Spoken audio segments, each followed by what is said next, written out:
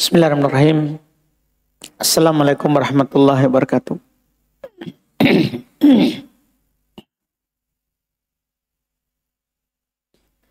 Innal hamdalillah nahmaduhu wa nasta'inuhu wa nastaghfiruh wa na'udzu billahi min syururi anfusina wa min sayyiati a'malina.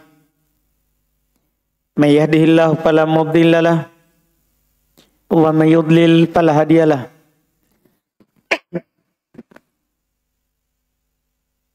Asyhadu an la ilaha illallah wahdahu la syarikalah wa asyhadu anna Muhammadan abduhu wa rasuluh sallallahu alaihi wa ala alihi wa ashabihi wa man tabi'ahum bi ihsan ila yaumiddin, amma ba'd.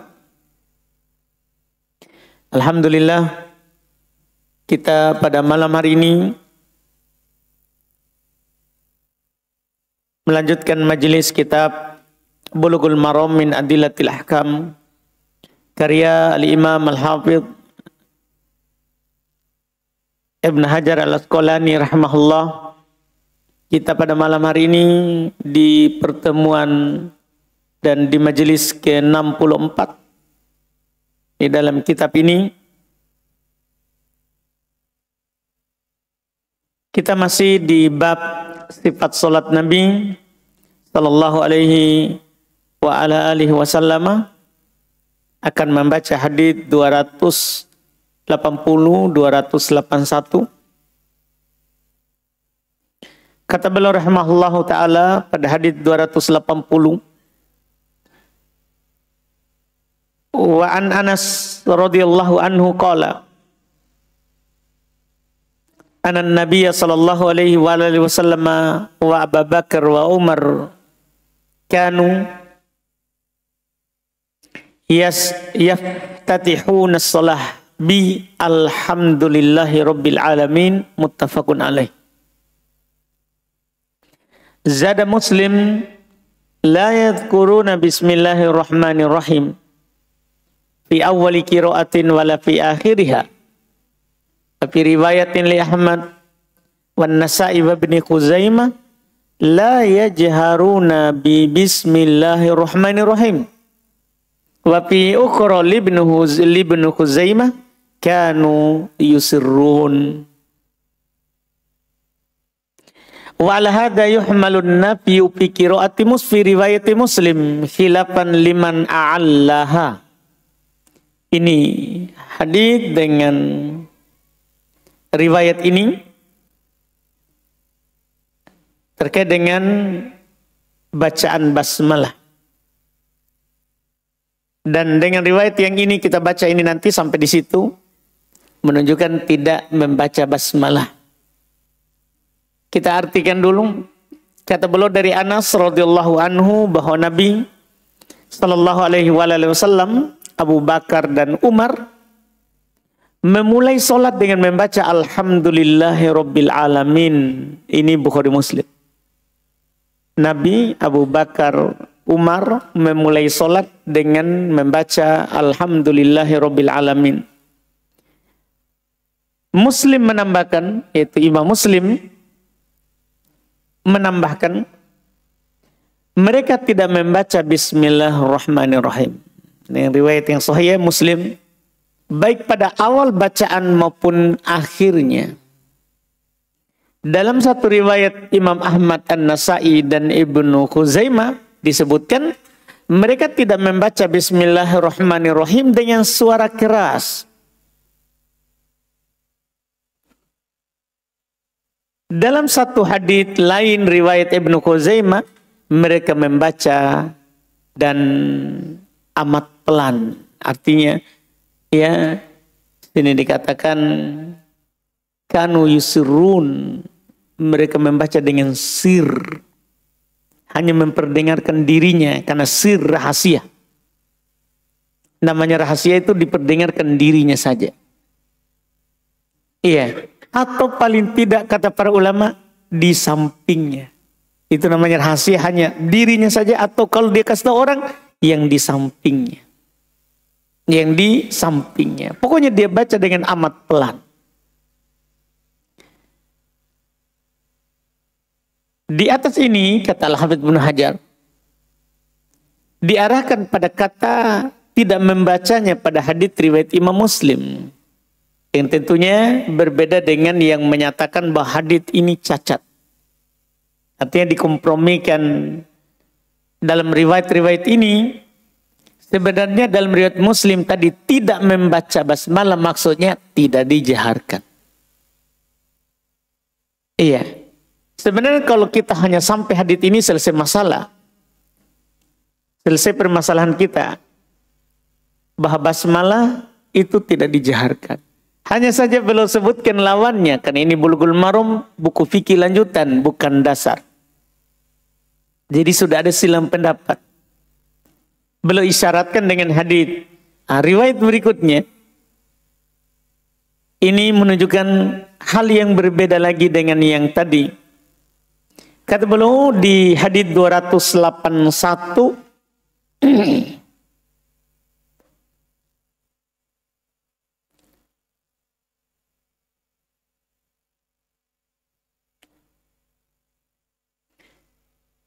Wa an Nu'aim al-Mujmir qala sallaitu wara'a Abi Hurairah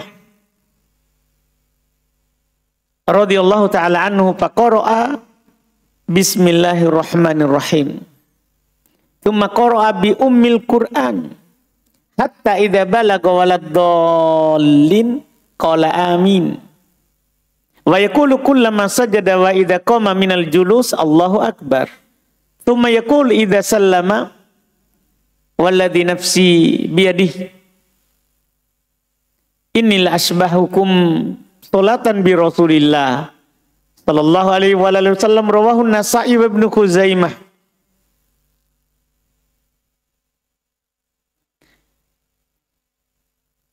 Kata beliau dari Nu'aim al-Mujammir. Kalau beliau berkata, saya solat di belakang Abu Hurairah. Itu ini Nu'aim tabi'in, murid dari Abu Hurairah. Dibilang saya solat di belakang Abu Hurairah. Maka dia membaca Bismillahirrahmanirrahim. Ini masalah. Dia solat di belakangnya Abu Hurairah. Dan Abu Hurairah membaca Bismillahirrahmanirrahim. Kemudian beliau baca Ummil Quran. Kemudian beliau membaca Ummil Quran, Al-Fatihah. Iya. Sehingga setelah membaca waladdallin, beliau berkata amin. Setiap sujud dan ketika bangkit dari duduk, selalu membaca Allahu Akbar. Setelah salam, dia berkata, demi jiwaku yang berada di tangannya, sungguh aku adalah orang yang paling mirip solatnya dengan Rasulullah sallallahu alaihi wasallam. Jadi dia baca basmalah, dijaharkan, dan dia bilang di akhir, saya orang paling mirip solatnya dengan Rasulullah. Ini kan bertentangan dengan riwayat tadi. Hadis Anas. Ini nanti yang menjadi sebab silang pendapat. Kata beliau riwayat Imam Nasa'i dan Ibnu Khuzaimah. Riwayat Imam Nasa'i dan Ibnu Khuzaimah. Kita lihat dulu sumber hadis. Karena dari kedudukan dan sumber hadis nanti bisa kita tahu pendapat yang kuat. Iya. Sumber hadis Anas itu diriwayatkan oleh Imam Al-Bukhari nomor 743, Muslim nomor 399. Iya. An-Nasa'i kan ada semua tambahannya tadi. Kan pertama Bukhari Muslim. Kedua dalam riwayat Muslim lagi. Sahabat yang sama. Tadi juga ada riwayat An-Nasa'i, Ahmad dan Ibnu Khuzaimah. An-Nasa'i di Sunan Al-Kubra jilid 2 halaman 135. Imam Ahmad di Musnad Imam Ahmad jilid 3 halaman 179 dan Ibnu Khuzaimah jilid 1 halaman 250. Ini hadits yang pertama yang menerangkan bahwa tidak membaca basmalah. Hadits kedua, hadits Abu Hurairah, diriwayatkan oleh Imam An-Nasa'i nomor jilid 2 halaman 472 dan Ibnu Khuzaimah jilid 1 halaman 251. Kita lihat derajat hadits. Hadits Anas sahih, tidak diragukan itu. Bukhari Muslim, iya, Imam Ahmad, Nasa'i, Ibnu Khuzaimah. Kalaupun derajatnya lebih rendah, tapi kan menjadi paling tinggi, anggaplah paling rendahnya adalah sahih li ghairi, karena ada Bukhari Muslim yang bertepat bersamaan dengannya, pendukungnya. Ini hadits yang pertama.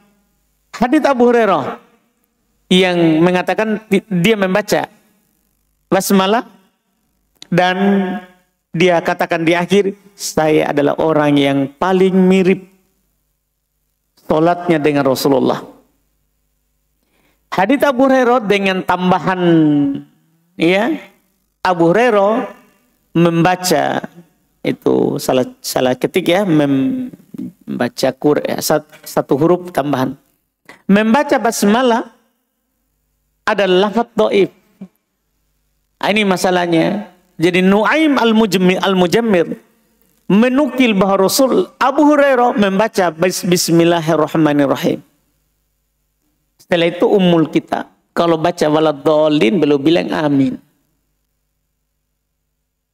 Tambahan membaca basmalah itu syadz, dhaif. Kenapa? Karena Nuaim al-Mujammir bersendiri dalam meriwayatkannya dan menyelisih banyak tabi'in lain dari murid Abu Hurairah. Jadi dari murid Abu Hurairah ini Nuaim al-Mujammir kuat dari riwayat Abu Hurairah. Tapi ketika dia menyelisih murid Abu Hurairah yang lain, maka ini dianggap syadz, dianggap ganjil. Kenapa murid-murid Abu Hurairah tidak menukil? Iya. Apalagi ini Abu Hurairah bilang, dia bersumpah, saya adalah orang yang paling mirip sholatnya dengan Rasulullah. Baru yang menukil dari muridnya Abu Hurairah adalah hanya siapa? Nuaim al-Mujammir. Ini hadits mereka yang paling kuat yang mereka pakai. Secara hadits, ya, secara hadits. Ini yang mereka pakai bahwa basmalah dibaca. Tapi ternyata dalam sanadnya ada rawi yang bernama Nuaim al-Mujammir bersendiri. Tidak masalah sebenarnya dia ini, tapi bersendiri dalam meriwayatkan ucapan basmalah. Dan menyelisih banyak dari tabi'in lain. Khususnya dari murid Abu Hurairah. Iya. Ini masalah harus kita pahami baik-baik dan membahas dengan kepala dingin sesuai dengan derajat hadits. Karena masalah basmalah ini orang berkelahi, Pak. Iya. Dan memang tidak seru fikih kalau tidak bahas ini. Ini benderanya fikih madhab. Iya, tidak ada fikih kalau tidak bahas basmalah. Iya. Tapi karena kita ini bahas lewat hadits, hukum itu kan dibangun di atas hadis. Makanya kita harus pastikan dulu, sebelum kita berdebat, kita pastikan dulu hadis yang kita pakai. Iya. Dan kita harus sepakati dulu bahwa kita ini dalam beramal dengan amalan fikih, khususnya dalam sifat sholat, kita harus sepakat dulu. Kita kembali ke imam madhab atau kembali ke hadits yang sahih. Itu dulu disepakati. Kapan kita tidak bersepakat, maka kita tidak akan ketemu sampai kapanpun. Karena yang menjaharkan basmalah pasti ada ustadznya, yang menjadi ayam jagonya. Kan begitu. Yang tidak membaca basmalah juga dengan jahar, pasti ada ustadznya. Kalau kita berbicara ustadz, masing-masing kita akan membawa orang di belakang. Ini saya ustadzku. Pokoknya ustadzku bilang begini. Di sana lagi akan bilang begitu. Makanya dalam masalah ini sebelum kita lanjut pembahasan fikih hadis, Allah Subhanahu wa taala yang telah tahu tentang hati kita, kita akan berselisih pendapat dalam masalah ini. Allah telah katakan fa in tanaza'tum fi syai'in farudduhu ila Allahi. Apa Sultan? Wa rasulihi. Yakin ke Sultan? Jika kalian berselisih dalam sebuah perkara, maka kembalikanlah kepada Allah dan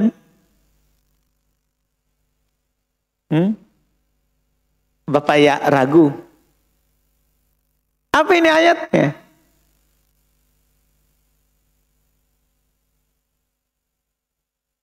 Yang kumur-kumur kasih jelas. Supaya orang maksudnya sebelum kita masuk ini pembahasan, kita harus paham dulu kalau kita berselisih bagaimana caranya. Supaya kita lapang dada. Tidak terlalu kaku, tidak keras. Karena ini kita ikut Rasul. Ikut Allah. Jadi apa ayatnya tadi? Itu ayat, itu menjadi pendahuluan kalau ada berselisih. Kalau ada perselisihan pendapat, supaya kita tidak berlarut-larut berdebat. Jadi, apa ayatnya Sultan? Surah apa itu? An-Nisa.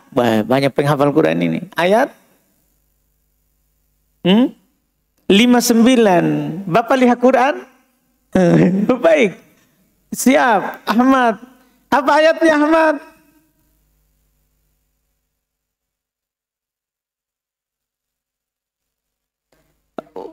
War Rasul. Nggak pakai hak tuh? Baik saudara. Jadi ayatnya itu Allah Subhanahu wa taala berfirman fa in tanaza'tum fi syai'in farudduhu ila Allahi war rasuli. Gitu Ahmad ya? In kuntum tu'minun billahi wal yaumil akhir.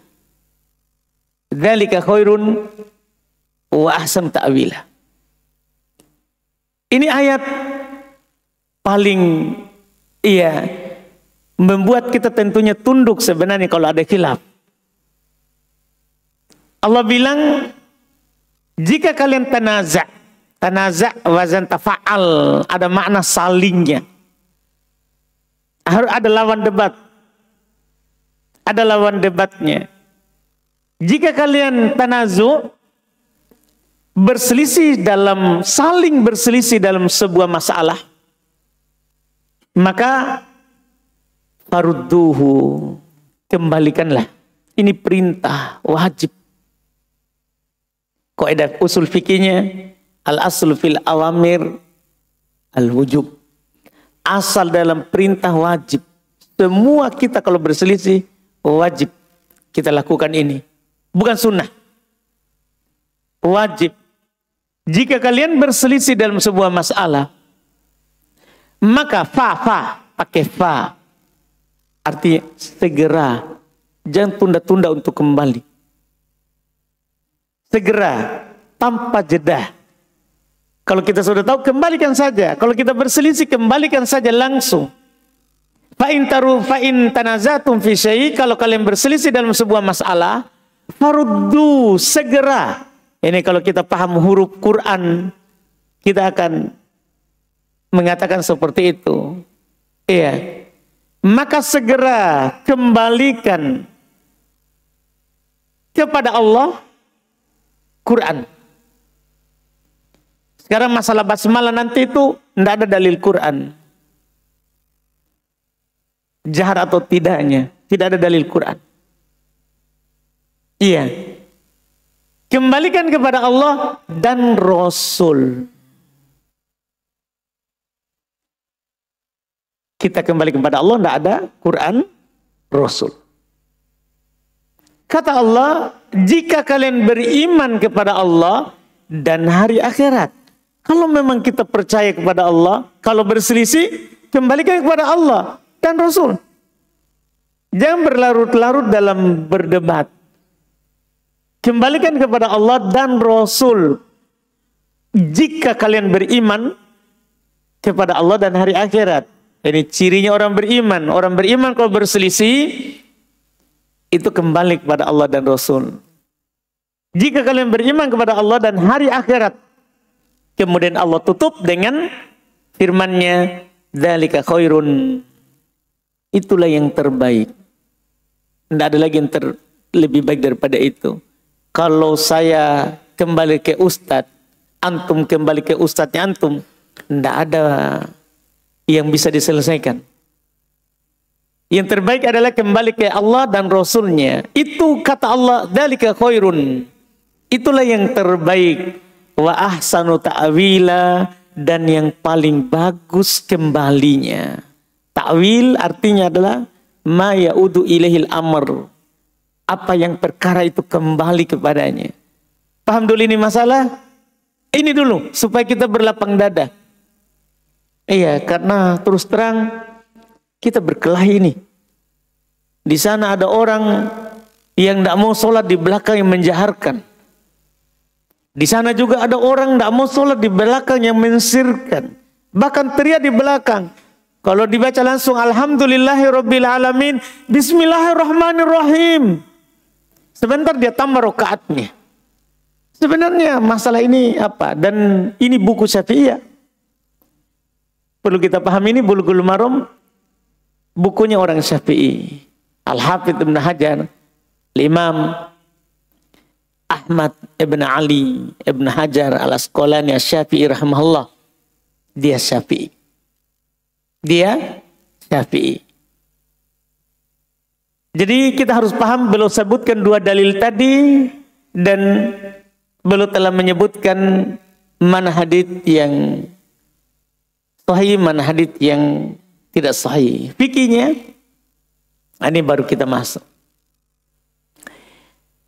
Ini satu-satunya masalah yang saya sebutkan pendapat ini. Karena masalah. Berselisih para ulama terkait dengan bacaan basmalah dalam sholat. Menjadi 3 madhab.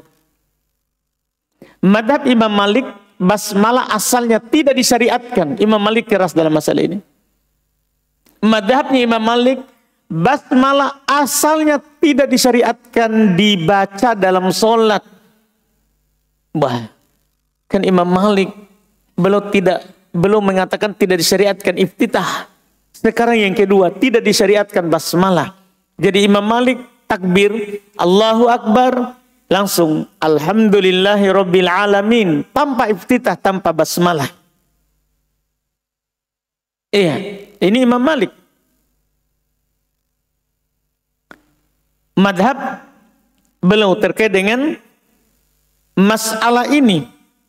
Apa dalilnya? Dalilnya adalah ada hadits yang telah lewat masalah kita di pembahasan iftitah. Yang telah lewat bersama kita di masalah iftitah. Yang dikatakan kanu yaftatihuna sholat bi alhamdulillahirabbil alamin. Mereka membuka sholat dengan alhamdulillahirabbil alamin. Tidak ada iftitah, tidak ada basmalah. Juga dalil beliau adalah ini hadis juga. Jadi riwayat-riwayat ini adalah dibawakan oleh Al-Hafidh Ibn Hajar untuk menjelaskan di sana ada pendapat. Ini yang dia pakai. Riwayat Ahmad An-Nasai dan Ibnu Khuzaimah. La yajharuna bi bismillahirrahmanirrahim. Tidak ada mereka jaharkan dengan bismillahirrahmanirrahim. Di dalam riwayat bukan la yajharun. Kalau dibilang tidak jaharkan berarti dia sirkan. Di sebuah riwayat mereka mengatakan, riwayat juga dari Anas, la yadhkurun bi bismillahirrahmanirrahim. Mereka tidak menyebutkan bismillahirrahmanirrahim. Ini pendapat Imam Malik rahimahullah. Ya, dengan hadits. Jadi dibangun di atas hadits. Dibangun di atas hadits. Madhab kedua, madhab mayoritas ulama. Basmalah dibaca dalam sholat secara sir. Dengan suara kecil. Ini mayoritas. Ini mayoritas. Basmalah dibaca dalam sholat tapi sir. Dengan suara kecil. Memperdengarkan diri sendiri, harus bergerak lidah ya, bibir bergerak, atau paling keras adalah memperdengarkan orang di samping paling dekat. Madhab ketiga, madhab Imam Syafi'i. Harus kita pahami ini, madhab Imam Syafi'i. Basmalah dibaca dalam sholat secara jahar. Itu dengan suara apa? Keras. Dengan suara keras. Sekarang tinggal kalau Imam Malik kita sudah paham dalilnya. Karena sudah lewat bersama kita di iftitah juga. Hadis sahih riwayat Muslim. Hadis sahih riwayat Muslim. Sekarang dalilnya mayoritas madhab kedua. Itulah semua riwayat yang pertama di hadits Anas. Yang tadi. Jadi dalil daripada mayoritas adalah yang ini. Hadits Anas. Nabi, Abu Bakar, Umar membuka solat dengan Alhamdulillahirabbil alamin. Ditambah oleh Muslim, la yadhkuruna bismillahirrahmanirrahim. Tidak menyebutkan bismillahirrahmanirrahim, tidak di awal, tidak di akhir. Tidak di awal, artinya tidak ada di surah Al-Fatihah. Tidak juga di surah setelah Al-Fatihah. Itu maksudnya tidak di awal, tidak di akhir. Tidak ada bacaan bismillahirrahmanirrahim. Ini dalil mereka pakai. Dan kalau kita melihat dalil mayoritas ini, Bukhari Muslim. Kita lihat saja dulu secara hadits. Ini muttafaqun alaih. Ini hadits Bukhari dan Muslim. Dan ada riwayat Muslim tidak menyebutkan bismillahirrahmanirrahim. Bahkan dalam riwayat Ahmad dan An-Nasai, Ibnu Khuzaimah, la yajharun bismillahirrahmanirrahim. Mereka tidak menjaharkan bismillahirrahmanirrahim. Dalam riwayat Ibnu Khuzaimah, kanu yusirrun. Adalah mereka apa? Sirkan. Ini dalil pendapat mayoritas. Dalil pendapat mayoritas. Tinggal kita lihat apa dalil dari pendapat Imam Syafi'i. Dalil pendapat Imam Syafi'i ini hadits Nu'aim al-Mujammir. Ini haditsnya. Iya, ini haditsnya. Ini haditsnya orang yang menjaharkan basmalah. Iya. Bah Abu Hurairah menjaharkannya dan dia sandarkan kepada Rasulullah. Saya adalah orang yang paling mirip dengan sholatnya Rasulullah. Kan begitu bilang Abu Hurairah. Hadits ini riwayat Imam An-Nasai dan Ibnu Khuzaimah. Sekarang kita tinggal bandingkan. Mana pendapat yang kuat? Maka untuk menguatkan sebuah pendapat, tentunya pendapat Imam Malik kita gugurkan. Kita gugurkan. Karena riwayat ada yang sahih. Mereka bukan tidak membaca basmalah. Mereka cuma sirkan. Jadi pendapat Imam Malik kita gugurkan. Sisa sekarang adalah pendapat mayoritas dan pendapat Imam Syafi'i. Pendapat mayoritas jelas dalilnya Bukhari Muslim. Pendapat dari Imam Syafi'i, haditsnya Nu'aim al-Mujammir, dan dia punya cacat. Punya cacat. Bahkan orang-orang Syafi'iyah sendiri seperti Al-Imam Al-Baihaqi dan yang semisalnya, mereka terang-terangan mengatakan secara dalil kami tidak ada yang sahih. Secara dalil hadits dari Nabi. Cuman mereka punya dalil terkuat. Seandainya penulis Al-Hafidz Ibnu Hajar mendahulukan pembahasan itu, lebih baik, akan lebih bagus. Yaitu masalah apakah basmalah ayat pertama dalam surah Al-Fatihah atau tidak. Sayangnya belum bahas setelahnya. Sekiranya belum kedepankan, itu akan bagus. Karena sebenarnya perselisihan membaca juga basmalah itu, dijaharkan atau tidak, juga dibangun di atas perselisihan mereka. Apakah basmalah ini ayat pertama di Al-Fatihah atau bukan? Itu juga sebenarnya masalahnya. Dalil orang Syafi'iyah yang paling kuat adalah karena ditulis di Quran dengan nomor 1 di Al-Fatihah. Coba antum buka Al-Fatihah. Itu basmalanya nomor 1. Beda surat Al-Baqarah sampai An-Nas, tidak ada nomornya basmalanya. Dipahamkan? Ini sebenarnya, tapi kita akhirkan ini pembahasan karena setelahnya. Itu dalil mereka paling kuat. Dalil mereka paling kuat. Sekarang kalau kita melihat pendapat yang kuat berdasarkan dalil ya, karena kita kan harus kembalikan ke Allah dan Rasulnya. Kembalikan kepada Allah dan Rasulnya. Di sini saya katakan, dan yang paling mendekati, ini bahasa yang dipakai, halus, dipakai oleh para ulama kita. Kalau ada syiddatul khilaf, perselisihan itu sangat keras, apalagi membuat para pengikut berkelahi. Ya, kita katakan dan paling mendekatinya adalah madhab mayoritas. Karena dalilnya lebih kuat. Bandingkan saja, Bukhari Muslim bersepakat akan diterimanya. Bukhari Muslim. Sementara hadits yang mereka pakai untuk menjaharkan basmalah, hadits Abu Hurairah riwayat An-Nasa'i dan Ibnu Khuzaimah, dan dikritik karena muridnya Abu Hurairah, Nuaim Al-Mujammir, menyelisih murid yang lain. Menyelisih murid yang lain. Jadi tidak tenang hati mengamalkannya. Ada keraguan. Sementara pendapat mayoritas, hadits Bukhari Muslim. Hadits Bukhari Muslim. Adapun pendalilan mereka yang paling menenangkan adalah ditulis nomor 1 di Quran. Betul ditulis. Tapi kan Nabi tidak jaharkan. Sementara dalam sholat, kalau itu gampang bantahannya. Nabi kan tidak jaharkan. Sementara dalam sholat, Nabi bersabda, "Shollu kama ra'aitumuni usolli." Sholatlah sebagaimana kalian melihat saya sholat. Iya. Adapun penukil Abu Hurairah, kalau belum jaharkan, itu adalah ijtihadnya. Ketika seandainya sahih ya, kita berbicara sekarang sahih penukilan dari Abu Hurairah. Sekiranya sahih, maka itu adalah ijtihad dari Abu Hurairah. Ketika ijtihadnya sahabat dan bertentangan dengan yang dilakukan oleh Nabi, ini kan jelas. Nabi tidak jaharkan basmalah. Abu Bakar tidak jaharkan, Umar tidak jaharkan. Kan begitu?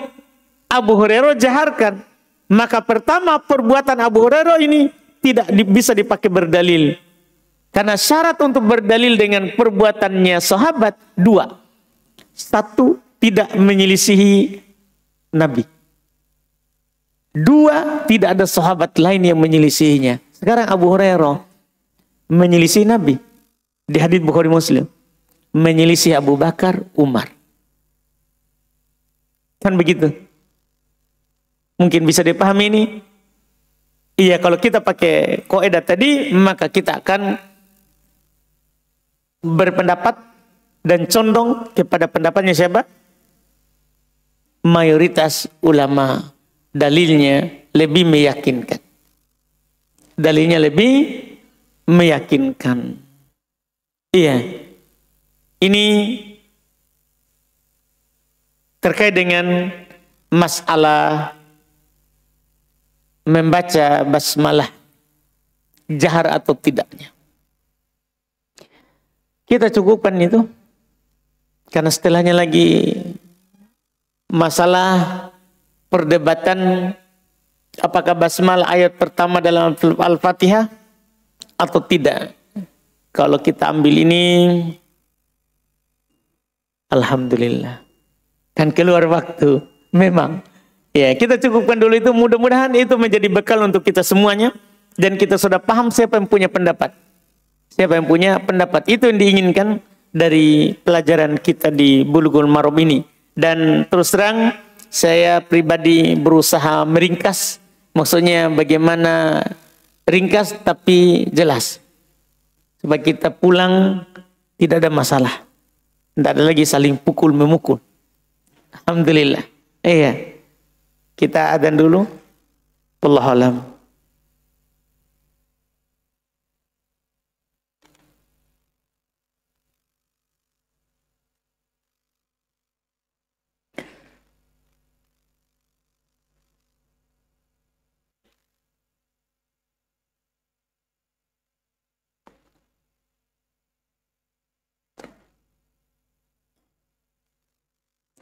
Kita lanjut bismillah dengan membaca beberapa pertanyaan sini yang masuk.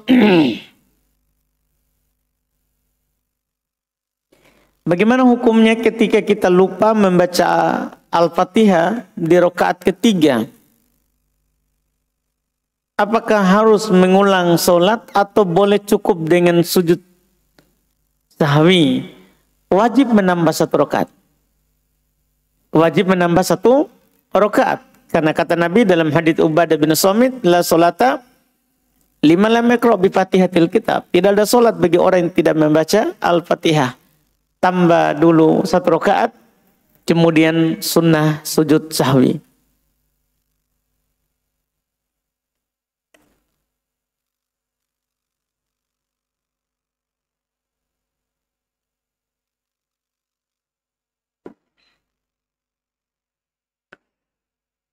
Bismillah. Izin bertanya Ustaz, temanku berselisih paham dan mereka tidak saling bertegur. Ini masalah ini. Saya sudah menasihati dia untuk memaafkan. Kata dia, saya memaafkan tapi saya tetap akan seperti ini. Saya akan tidak saling kenal sebelumnya. Minta nasihatnya Ustaz untuk kedua temanku ini. Iya. Ini kadang masalah adalah muncul karena kita tidak paham adab ketika berselisih. Itu masalah. Karena kadang kita berselisih yang ada adalah ya hanya diri yang mau dipentingkan. Pokoknya saya yang benar. Adab dalam berselisih adalah itu tadi diantaranya. Kalau kita berselisih, maka kita kembalikan ke Allah dan Rasulnya. Karena kebenaran mutlak ada di Allah dan Rasulnya. Bukan di kita. Bukan di kita. Hanya ada pada Allah dan Rasulnya. Iya. Karena kalau kita tidak seperti itu, itulah masalahnya. Kadang kita tidak akan saling bertegur sapa. Itu semuanya karena muncul karena kita tidak paham tadi. Ya, nasihatnya adalah kalau perselisihan itu adalah terkait dengan hukum syar'i, kembalikan ke sahib asy-syar'i, pemilik syariat itu. Kembali ke pemilik syariat. Itu Allah Subhanahu wa taala. Kalau ada Qur'annya, kalau tidak ada, maka kembalikan kepada Rasulnya. Kembalikan kepada Rasulnya. Itu yang harus dilakukan. Itu yang harus dilakukan. Wallahu alam. Jadi apakah membaca basmalah itu rukun atau wajib? Pertemuan pekan depan. Dia ayat pertama di Al-Fatihah atau bukan? Nah, tadi itu baru diperselisihkan jahar atau sir. Itu tadi. Belum hukumnya. Belum hukumnya. Jadi baru kita sekarang tahu mayoritas sir. Tidak jaharkan. Iya. Dalil lebih kuat. Adapun dia membatalkan sholat atau tidak, maka nanti tergantung pendapat kita apa. Apakah dia ayat pertama dalam Al-Fatihah atau bukan? Itu akan berbuah ke situ. Ya, insya Allah nanti di pekan depan ya kita akan membahasnya.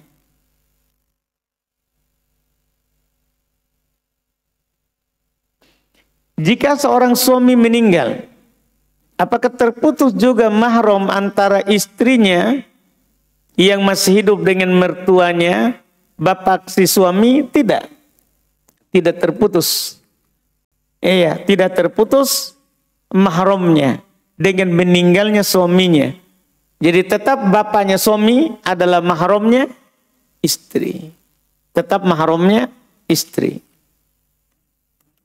Wallahu alam.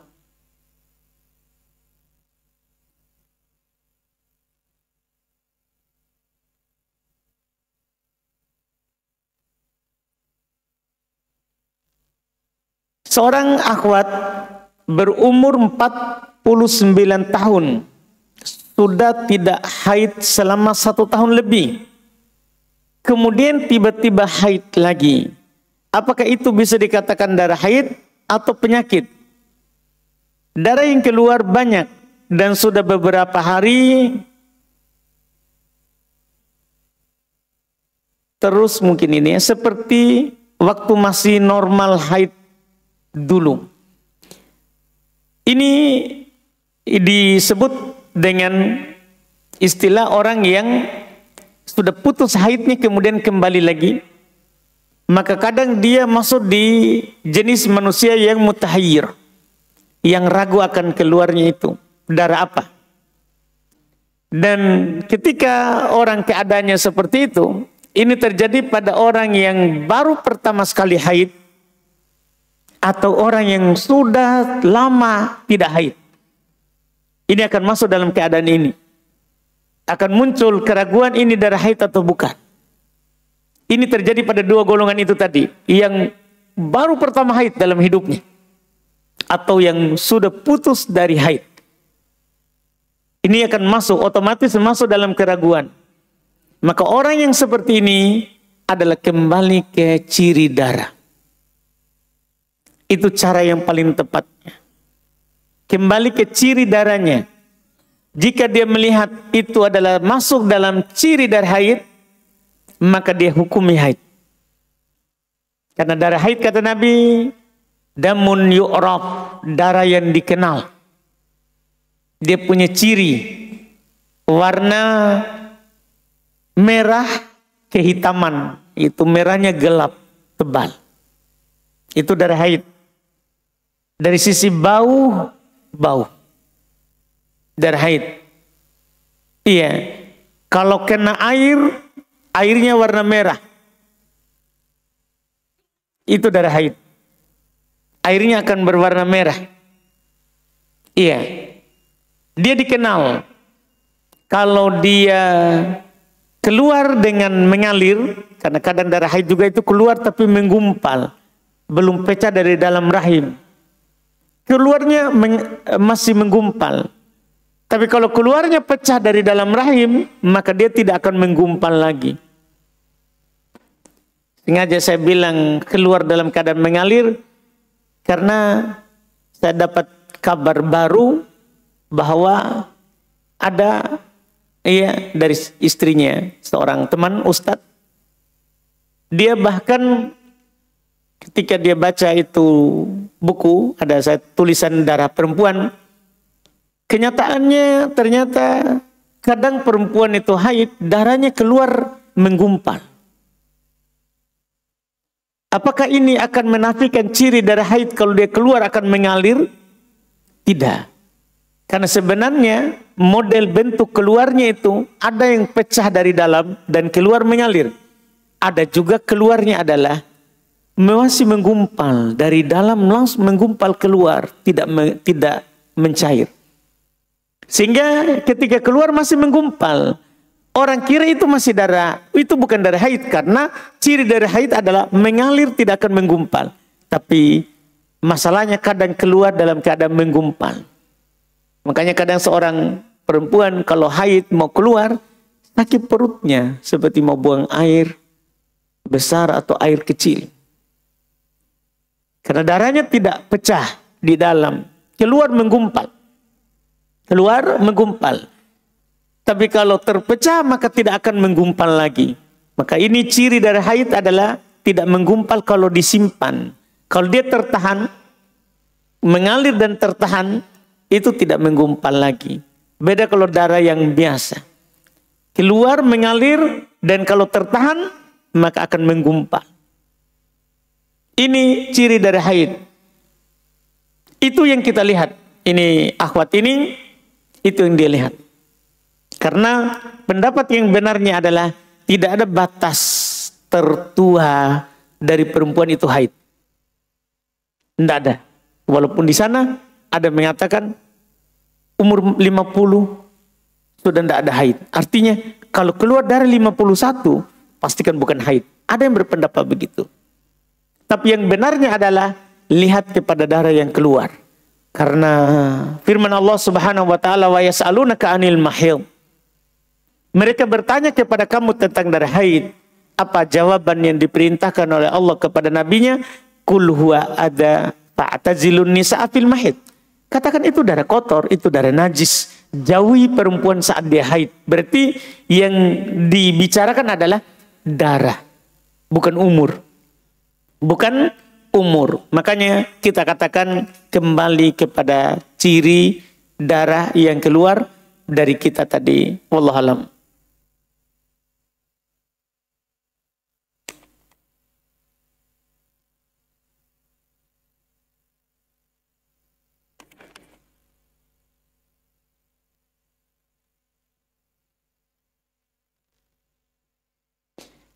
Apa bedanya bersyukur dan berbaik sangka kepada Allah? Dan hal seperti apa yang harus kita tanamkan untuk berbaik sangka? Beda ya. Bersyukur itu kan kalau terjadi nikmat. Adanya nikmat kita akui itu dari Allah. Kita ucapkan alhamdulillah, kita pakai dalam ketaatan kepada Allah. Kalau berbaik sangka adalah ketika nikmat dan nikmah. Ketika ada nikmat, kita tetap berbaik sangka. Ini adalah kebaikan dari Allah. Dan lebih-lebih ketika nikmah, tidak nikmat, dapat ujian, maka kita tetap berbaik sangka kepada Allah. Ini Allah inginkan. Ini Allah inginkan. Kalau itu nanti muncul karena kesabaran. Kalau yang pertama tadi muncul karena syukur. Kalau ini muncul karena apa? Kesabaran yang muncul di belakangnya. Ketika kita mampu berbaik sangka, maka yang muncul adalah sabar. Adalah sabar. Kita yakin semua ini adalah ketentuan Allah. Dan kalau ketentuan Allah pasti baik. Tidak ada yang tidak baik. Tidak ada yang tidak baik. Wallahu a'lam.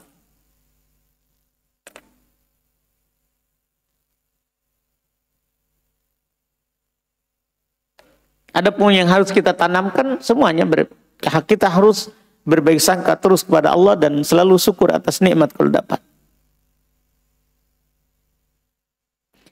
Apa Ustaz? Saya pernah melihat seorang akhwat sholat, tangannya terlihat, mukena tidak menutupi tangan. Bagaimana mengenai hal itu? Mohon penjelasannya.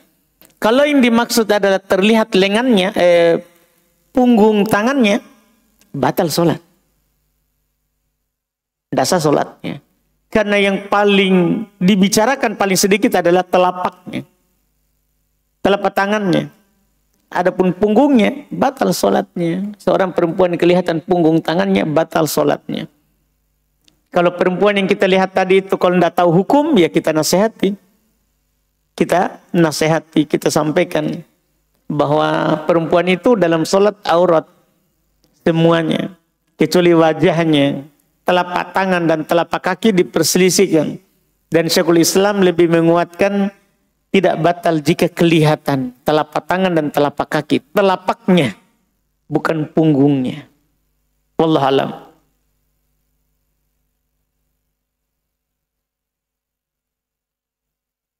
Apakah wajah dan tangan wanita itu termasuk aurat? Dan apakah wajib ditutupi seperti memakai cadar dan kaos tangan? Kalau wajah itu disepakati. Wajah itu disepakati. Iya. Kalau badan selesai ya. Wajah itu juga disepakati. Iya, tidak ada silang pendapat. Kalau wajah dari seorang perempuan itu aurat. Iya, adalah aurat. Dinukil oleh banyak ulama dari masa ke masa. Dinukil oleh Ibnu Mundhir rahimahullah kesepakatan akan wajibnya seorang perempuan menutup wajahnya. Demikian pula Ibnu Abdul Bar menukil kesepakatan akan wajibnya seorang perempuan menutup wajahnya. Ibnu Hubairah menukil kesepakatan bahwa seorang perempuan wajib menutup wajahnya. Demikian pula ulama lain seperti Ibnu Qudamah menukil kesepakatan akan wajibnya menutup wajah. Ibnu Taimiyah menukil kesepakatan akan wajibnya menutup wajah. Ibnu Qayyim menukil kesepakatan akan wajibnya menutup wajah. Iya, Ibnu Hajar dari kalangan Syafi'iyah menukil kesepakatan akan wajibnya menutup wajah berdasarkan firman Allah Subhanahu wa taala, dalil Quran dan hadits Nabi.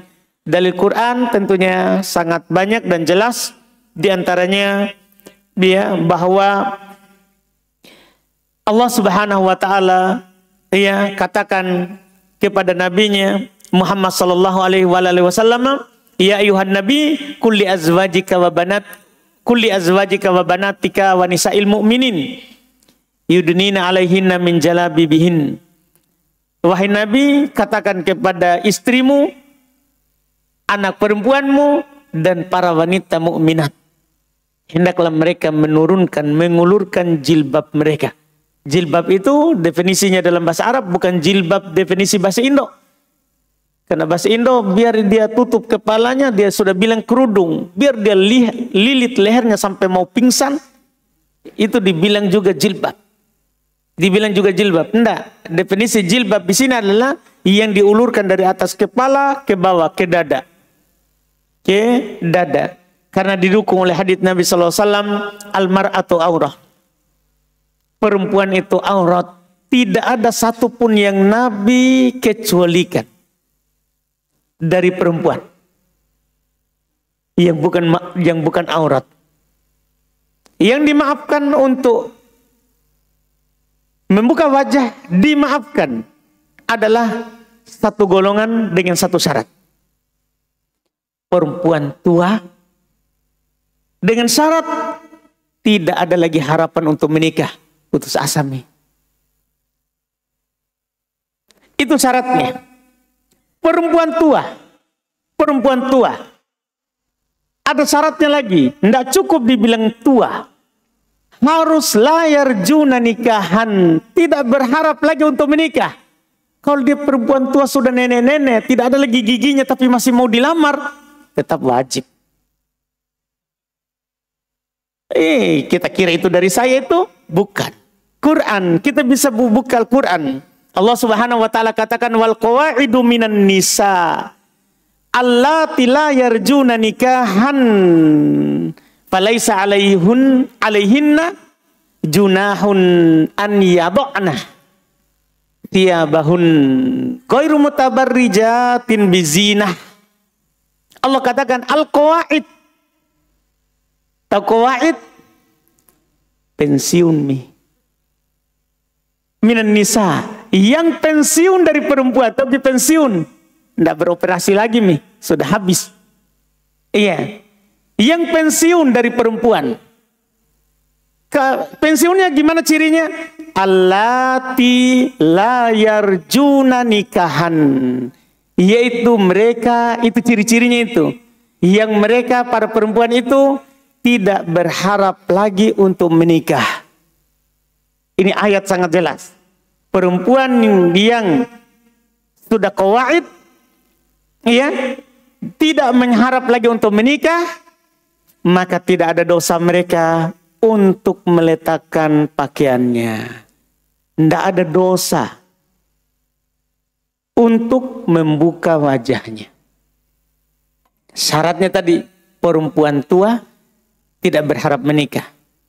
Adapun berarti kalau gadis atau janda tapi masih tebar pesona kesana kemari, masih berharap untuk dilamar, haram, berdosa kalau buka wajah.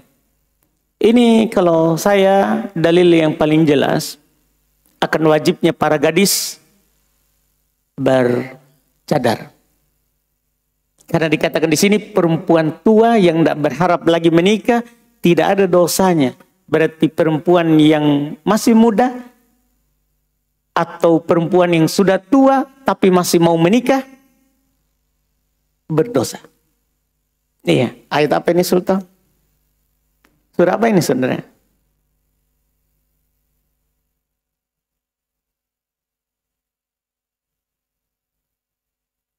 Surah apa tadi itu? Wal qawaidu minan nisa allati la yarjuna nikahan. Oh, An-Nisa, mantap. Alhamdulillah. Sini ada pertanyaan berikutnya. Anak punya siswa yang bernama Abdul Malik. Wah, sampai namanya juga kita kasih tahu saya ya. Iya. Kita lihat apa ini maksudnya ini. Apakah boleh memanggil anak tersebut dengan nama Malik saja? Malik saja. Boleh. Iya. Boleh, karena Malik itu dari sisi nama ya, bukan dari sisi hakikat. Berserikat. Iya, jadi ada nama yang tidak boleh memang untuk selain Allah. Iya. Tidak boleh. Seperti Allah, Rob. Iya. Kecuali idhofah boleh. Terus ada Al-Khaliq, tidak boleh. Kalau Malik dibolehkan. Iya, walaupun kalau kita bilang Abdul Malik lebih bagus. Dia lebih bagus sesuai dengan namanya. Iya, atau Abdul saja. Atau Abdul saja, atau apakah?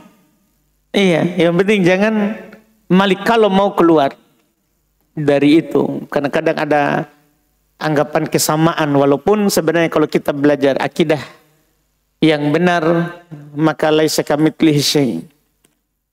Laisal ism kal musamma. Nama itu tidak sama dengan yang diberi nama tentunya. Beda kalau Allah Subhanahu wa ta'ala tidak ada serupa dengan apapun.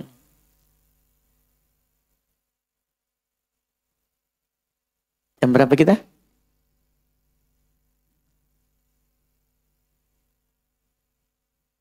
Sini ada pertanyaan, apakah perkataan para sahabat atau salah seorang dari mereka adalah hujjah?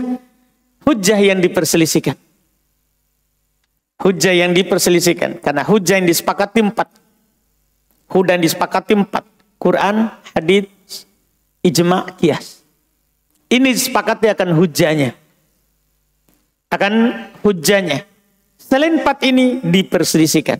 Termasuk ucapan sahabat atau perbuatan sahabat. Apakah hujjah atau tidak?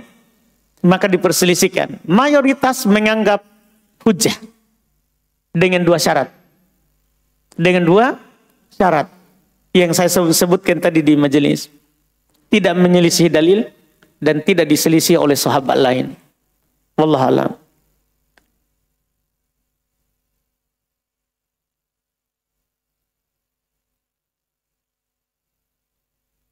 Assalamualaikum Ustaz. Waalaikumsalam. Mau bertanya, bagaimana caranya orang yang masbuk 3 rakaat sholat maghrib?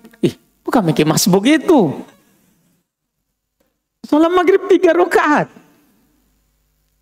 Bukan masbuk kita ini.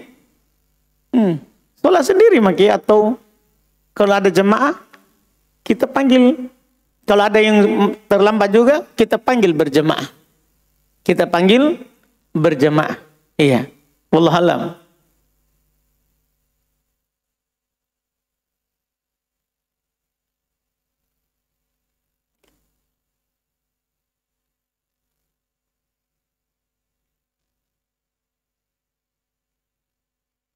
Apa ditanyakan ini nih? Ya Allah. Ujian dalam hidup ini ya.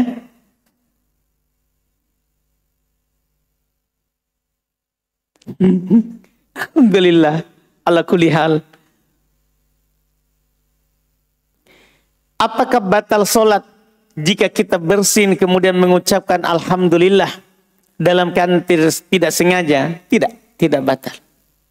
Karena di masa sahabat ada yang sholat bersin dia ucapkan alhamdulillah, Nabi tidak perintahkan untuk ikut ulang sholatnya. Itu menunjukkan sah sholatnya. Kalau dia tidak sengaja. Apa hukum bertakbiratul intiqal 2 kali karena lupa? Kalau lupa tidak ada hukumannya. Diangkat pena dari orang yang lupa.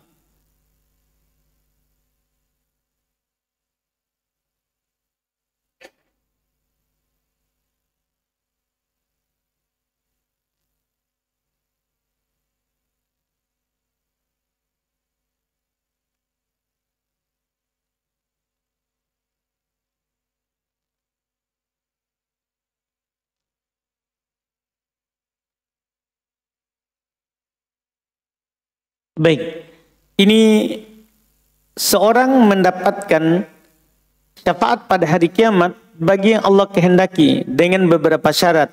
Di antaranya seorang yang diberi syafaat itu diridhoi oleh Allah. Dan selainnya dari syarat-syarat. Lalu Ustadz, bagaimana dengan syafaat udmah? Di mana orang kafir bisa saja mendapat syafaat tersebut, sementara mereka sudah pasti tidak diridhoi. Butuh sedikit saja pemahaman dan membedakan hal yang mirip. Ini kan kita cuma menyamakan masalah syafaat, itu judulnya. Padahal syafaat itu beda-beda. Ada syafaat dari penduduk neraka asalnya, kemudian dikeluarkan dari neraka karena syafaat. Ini syaratnya harus yang diridhoi dan harus yang beriman. Itu yang ada syaratnya itu. Adapun yang kita sebutkan syafaat udma, itu bukan hanya untuk beriman, karena syafaatnya adalah supaya disegerakan hisab. Kita tahu kan syafaat udma itu syafaat besar, syafaat yang dimiliki oleh Nabi kita Muhammad SAW untuk segera ditegakkan hisab, timbangan amalan. Jadi manusia di padang mahsyar berada di huru hara yang tidak pasti keadaan mereka, sehingga mereka mendatangi Adam, mendatangi Nuh, Ibrahim, Musa, Isa dari ulul azmi. Maka semuanya menolak. Semuanya menolak. Ketika itu mereka mendatangi Nabi Muhammad dan Nabi Muhammad bilang, "Analah, sayalah yang memiliki syafaat itu." Maka Nabi meminta, berdoa kepada Allah supaya disegerakan hisab, maka Allah memberikan syafaatnya. Itu dibilang syafaatul udma. Kalau syafaat itu kan syafaat supaya disegerakan hisab, bukan syafaat untuk masuk surga, terhindar dari neraka. Bukan. Ini syafaat biar semua orang dihisab. Biar semua orang disegerakan apa? Ditentukan hisabnya. Butuh saja begitu dibedakan antara syafaat udma sama syafaat yang kalau syafaat udma syaratnya diridhoi ucapannya adalah yang memberi syafaat, yang meminta syafaat, yaitu Nabi kita Muhammad SAW. Iya, adapun syafaat yang berikutnya itu adalah syafaatnya orang beriman terhadap yang lainnya, syafaatnya Nabi kepada para mukminin itu dipersyaratkan seperti yang kita sebutkan tadi. Wallahualam. Kita cukupkan. Alhamdulillah, mudah-mudahan bermanfaat. Insyaallah kita lanjut lagi di pertemuan pekan depan. Subhanallah, hamdik, asyhadu an la ilaha illa anta, astaghfiruka wa atubu ilaik. Assalamualaikum warahmatullahi wabarakatuh.